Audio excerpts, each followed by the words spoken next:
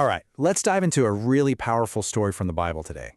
And this one's about so much more than just a plague of flies. It's a profound lesson on what it truly means to be chosen by God and the incredibly high stakes of obedience. Everything really kicks off with this one command right here in Exodus chapter 8.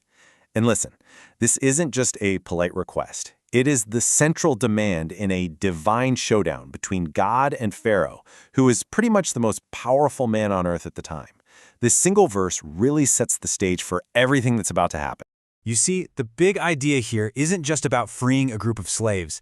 It's about God drawing a massive line in the sand.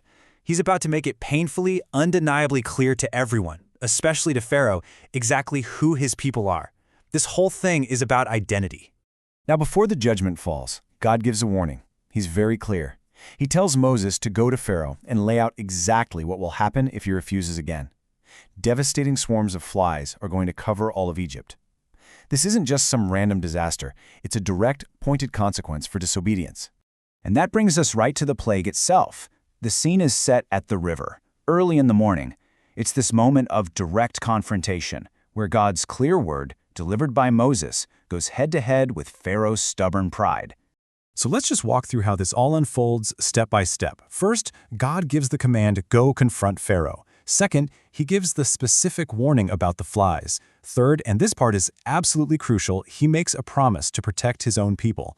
And then fourth, the consequence. The plague is unleashed and the land of Egypt is just ruined. But this event, it's about so much more than just punishment. The real heart of the message here is about showing a divine separation. God intentionally creates this tale of two completely different lands, existing right next to each other, in the middle of the same kingdom.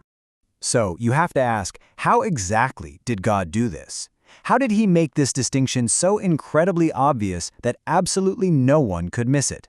Well, the answer lies in this stark, undeniable contrast between two places.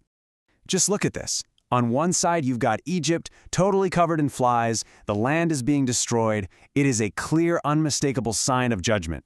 But then, on the other side, you have Goshen, where the Israelites live. No flies, the land is protected, it's a clear sign of mercy. Same day, same kingdom, but two totally different realities. And just in case there was any doubt about his intentions, God spells it out right here in verse 23. He says, I will make a distinction. This is not a coincidence. That word for distinction literally means to set a redemption. This is a deliberate act of divine separation and salvation. So here's the crucial point. God's protection wasn't just some lucky break for the Israelites. No way. It was deeply personal and it was completely purposeful. He was showing the entire world that his people are known, they are loved, and they are guarded. Not because they're better than anyone else, but simply because they are his. Now, as you can probably imagine, having your entire country completely ruined by flies puts on a little bit of pressure. And this pressure leads us to the next fascinating part of our story, Pharaoh's desperate attempt to bargain his way out of this crisis. With his palace, his officials, his whole country swarmed by flies, Pharaoh finally calls for Moses and Aaron. But he's not ready to fully surrender, not yet. Instead, he tries to negotiate. He offers a deal that he thinks just might be good enough to make the problem go away. And right here, we see the huge difference between what Pharaoh wants and what God demands. Pharaoh says, okay, fine, sacrifice, but do it here, in the land. And hey, don't go very far. It's a convenient halfway compromise, right? But God's command was for a 3-day journey away, a complete separation. It was a call for full surrender, not some convenient bargain. This brings us to such a critical distinction, something we all need to understand.